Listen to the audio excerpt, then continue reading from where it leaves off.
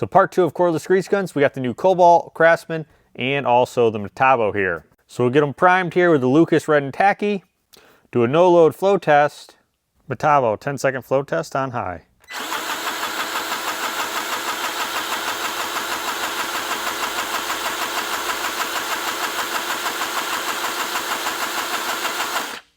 Craftsman, 10 seconds on high.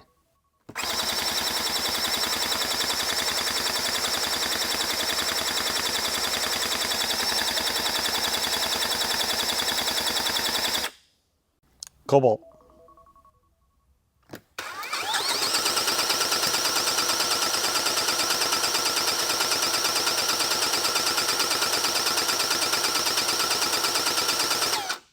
So flow here, no load with a 1.5 to 2.5 amp hour battery.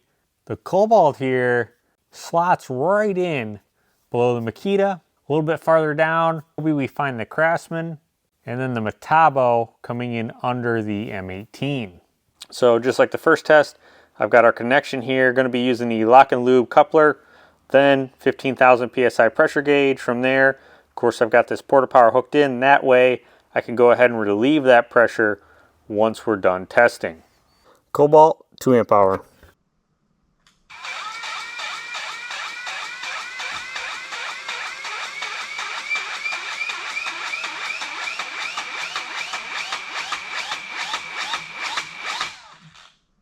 Craftsman, 2 amp hour.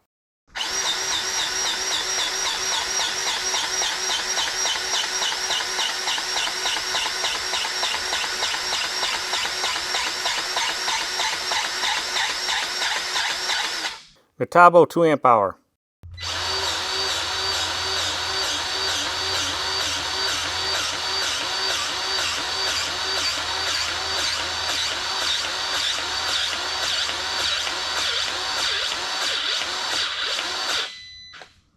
So max PSI tested with the 1.5 to 2.5 amp hour batteries.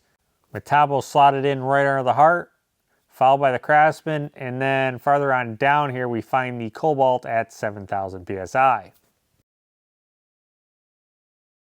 Now with the same test with a 4 to 6 amp hour battery, the Metabo comes right in under the Makita, and the Craftsman can be found right below the Bauer, coming in at 8,300 PSI, and the Cobalt is found just below the DeWalt here at 7,300 PSI. Flow test them under load here at 1,500 PSI.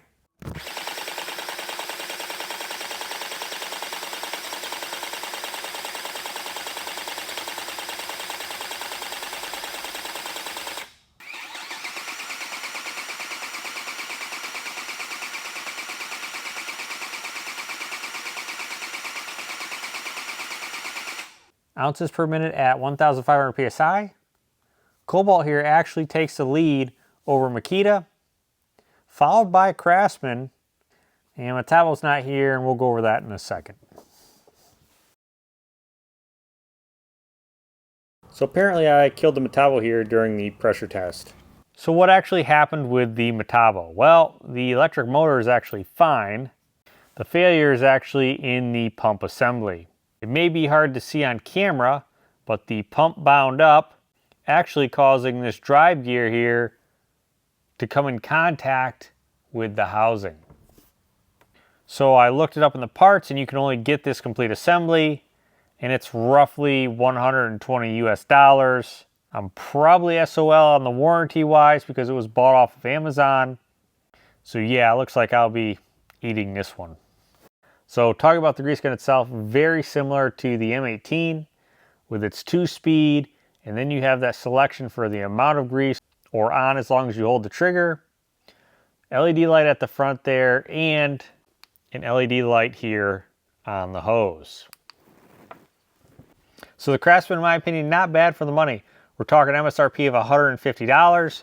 You have a variable speed trigger with a trigger lock right here, 2-speed gearbox, screw style bleeder, holder for that hose, external relief, and the option to bulk fill if you had that fitting. So now I do have to give it to the Cobalt here. So you have a trigger lock, on-off trigger, but on top you'll find a display with the ability to turn the light on and off. Select your speeds, the amount of grease dispensed. Now you can clear this by holding the gear. I will note I did remove the battery for about an hour and it still held that value, so there must be an internal battery inside. Now when you do overload the grease gun, everything in white here actually turns red. Brushless motor, screw style bleeder, external relief, holder there for the hose. Now I do like there's no support underneath this tube. Yes, there is a little bit of movement there if you really force it, but this will allow for easy change. You don't have to fight with trying to get it in the tube there. So seeing there's no base at the bottom of the gun there, they put the support actually on the tube here, which to me has a dual function of making it a little bit easier to unscrew this tube out of the gun. And to top it all off, it does come with a hard case, which will allow you to store the gun with a large battery and also something like the 2 amp hour here in the corner. Now some overall specs: the brand, MSRP, model, kit cost if available, kit number, weight without battery, where it's made, and of course the warranty.